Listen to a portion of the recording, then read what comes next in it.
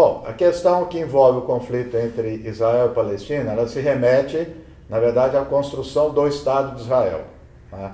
O Estado de Israel e o Estado da Palestina, formalmente, nasceram no seio da ONU, da Organização das Nações Unidas, logo após a Segunda Guerra Mundial, né? Começou o debate dentro da ONU em 1947, a criação se deu em 48, né? O Estado de Israel foi criado, né, e se efetivou, e o Estado da Palestina não, né? E aí, com essas consequências de hoje. E, na verdade, antes disso, que é importante dizer, ali a região, né, o território, chamava Palestina, né? Palestina fazia parte do Império Otomano, né? O império que era dominado pela Turquia, né? Isso chamava Império Otomano.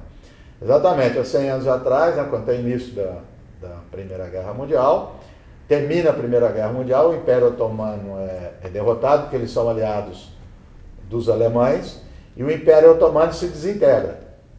O Império Otomano se desintegra e ali na região é substituído pela Inglaterra, pelo Império Inglês, né? Então a região fica sob mandato inglês, né?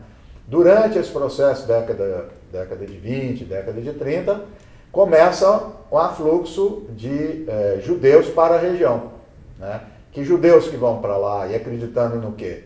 Né? Na doutrina, na ideologia do sionismo, né? Então o sionismo é uma doutrina política, né, que diz que é uma terra, que é preciso uma terra, um território para construir um Estado para os judeus, né? Então isso vai tendo compra de terra, né? Durante esse processo os judeus criam organizações que fazem atos de guerrilha, de terrorismo, né? Cometem atos de terror contra os britânicos, tem alguns conflitos com os palestinos que lá moram e assim por diante. Com um outro fato que veio, né, acrescentar a esse, que já havia no processo, qual foi? Foi o Holocausto, quer dizer, o extermínio, né, bárbaro aí de 6 milhões de judeus na Europa. E depois desse contexto, os judeus da Europa vão, né, para o território de Israel, né? A partir dali, você tem algumas guerras, mas veja bem, guerras de Israel com governos árabes. Eu estou dizendo isso porque, inclusive, em vários jornais, revistas, eu tenho lido que o conflito atual é árabe-israelense. Não é verdade. É palestino-israelense. Já foi árabe-israelense, porque os outros países árabes não estão em guerra. É um detalhe, parece um detalhe, mas é importante. Por quê? Então, o governo do Egito, da Síria, entrou em guerra com Israel. Entrou em guerra em 48, em 57 e em 67. 67 é fundamental. Por quê? Porque é quando Gaza e a Cisjordânia são anexadas por Israel, né? Então, se já havia um conflito anterior por ter criado o Estado de Israel e não o Estado palestino, em 67 a questão agrava, porque aquilo que era o pequeno território palestino, ainda não era um Estado, mas era um território, é incorporado por Israel.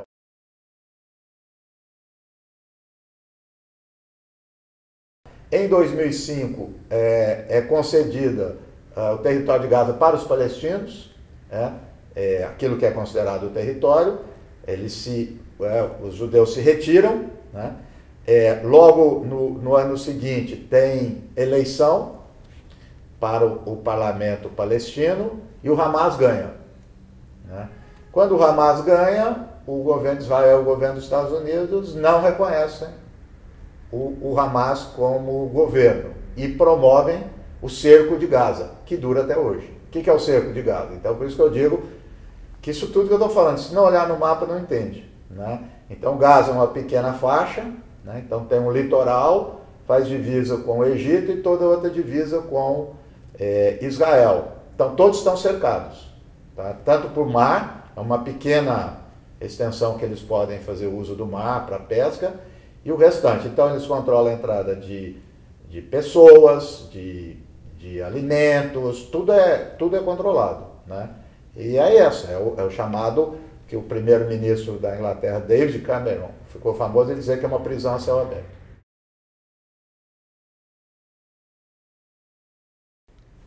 antes da gente entrar na questão de Israel e o Hamas, é importante situar que essa questão é do Oriente Médio, mas ela se insere também numa área que é de conflitos internacionais. E, portanto, eu digo sempre que a gente deve fazer comparações, né? Comparações não só no Oriente Médio. Estou dizendo isso porque é o seguinte, primeira coisa, antes de tudo, toda vez, isso é regra geral, que eu tenho dois atores, Estado ou não Estado, que estão em conflito, e um é muito mais poderoso que o outro, o mais fraco vai recorrer a outros métodos. É aí que nasce guerrilha, nasce histórico, isso, quer dizer, ou seja, aquele que tem a desvantagem militar procura diminuir essa desvantagem recorrendo o quê?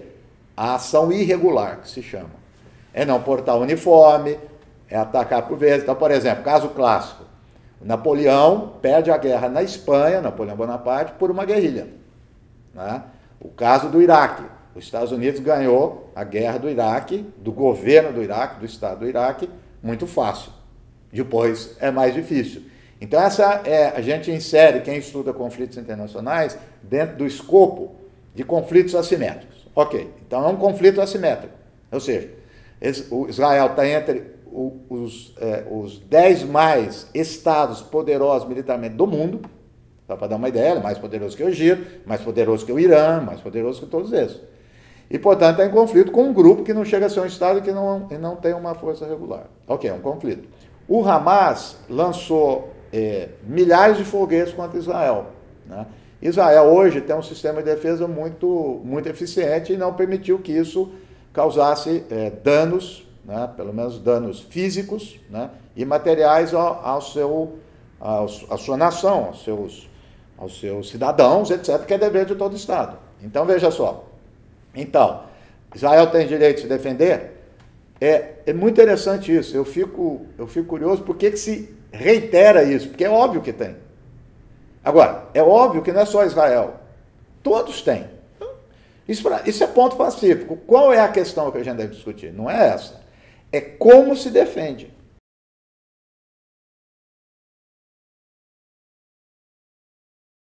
O caso é que há uma ocupação da Palestina. Isso é fato. Isso não tem interpretação. Tá? Não existe, depende. Não. É reconhecido pela comunidade internacional que tem a faixa de Gaza e a Cisjordânia. Ok. É reconhecido pela comunidade internacional que eles devem ser um Estado. Se é um Estado, eles têm um autogoverno. Isso, de fato, não acontece. Eu acho que essa é a questão que ainda não vai mudar. Então, por que eu estou dizendo isso? Porque, vamos supor, vai ter um cessar-fogo. Teve um agora, tomara que pare. Claro.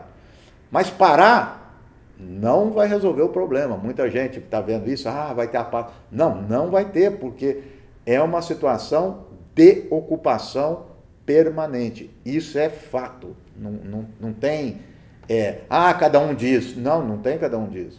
Né? E mesmo a Cisjordânia, se você olhar hoje, ela é um pontilhado, né, de comunidades, que é onde estão os palestinos, porque mesmo aquilo que era de direito já foi tomado. São 500 mil colonos de Israel que tomaram pelo Estado israelense. Então, portanto, às vezes você vai de uma comunidade, uma aldeia para outra, sei lá, de 3 quilômetros de distância, você tem que passar pelo checkpoint, porque elas não são contíguas. Você tem que ir de uma para outra. Então, como é que alguém vai viver nisso? A faixa de Gaza é do tamanho de Parelheiros. Exato, 360 km², eu fui verificar. E tem 1.800.000 habitantes. 70% de desemprego. Não pode usar o mar para pesca. Como é que vai viver nisso?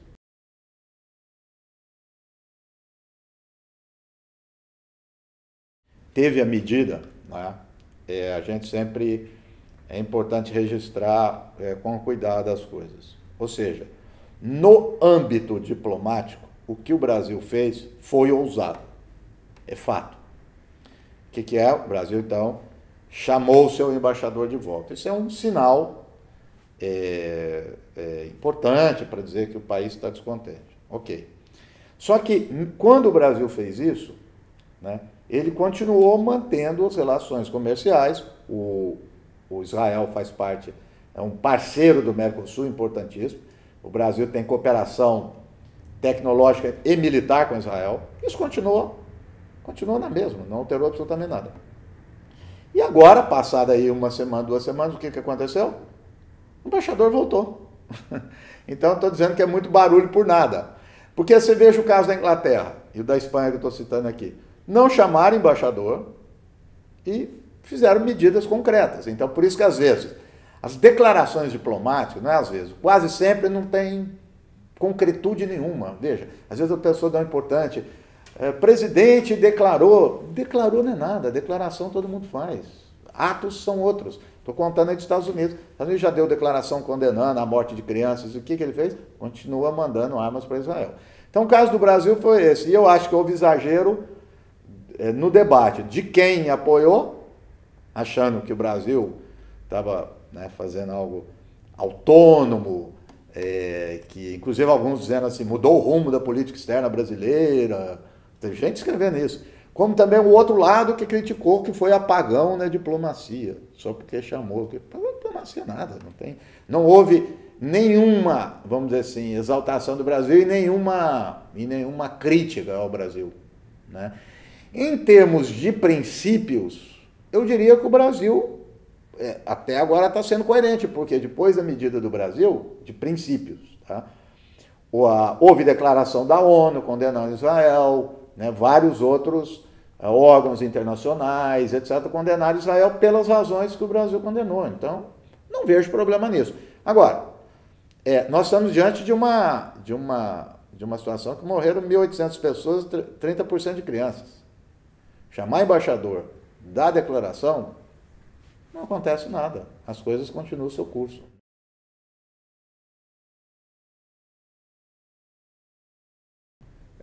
Há vários atores do lado palestino, várias representações, há vários atores do lado judeu.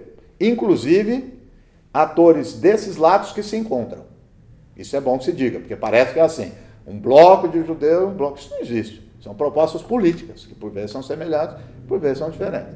Então, o que você está dizendo é o seguinte, não é... Quer dizer, o Benny Morris é um grande historiador, ele é chamado, só para estudar, chamado revisionismo, porque quando ele começa a fazer as pesquisas sobre 1948, ele vai mudar uma interpretação, né, inclusive apontando que houve casos isolados, mas de massacres realizados pelos judeus contra os palestinos, né. Ele tem mudado, né, assim, mudado a posição política dele. Então, na verdade, está falando, não é uma posição dele, é alguma posição para dizer, foram criados 2 estados pela ONU e esses 2 estados devem existir, portanto, deve viabilizar esses 2. Tem uma outra que é um estado, 2 povos. Quer dizer, mudar o nome e a configuração, não é mais Estado de Israel, seria um Estado que abrigasse todos. E tem propostas dentro de Israel, quer dizer, ou até fora de judeus, e tem proposta de palestinos para essa também, né? Porque, veja, a questão que está sendo colocada, ser um Estado também 2 povos, é algo que a Europa fez. É muito interessante, porque às vezes a gente vê. Você pega, mesmo dentro da Bélgica, a Bélgica, por exemplo, volta e meia tem a discussão lá do separatismo, ao caso da Espanha. Você entra na Catalunha, parece outro país, né? Então, aí é a questão de nações e estados de ter isso. E essa outra vai dizer o seguinte, o equívoco foi a criação, não é 67, é 48. Tá certo? Quer dizer, que não deveria ter nascido 2 estados, mas sim, com a saída do Império Britânico, era ter um estado só e não ter separação nenhuma. E continuar aquilo que havia o território da Palestina, né? Eu acredito o seguinte, que as pessoas mais, qualquer um que seja razoável, ver aquela que tem mais viabilidade e que tem mais consenso.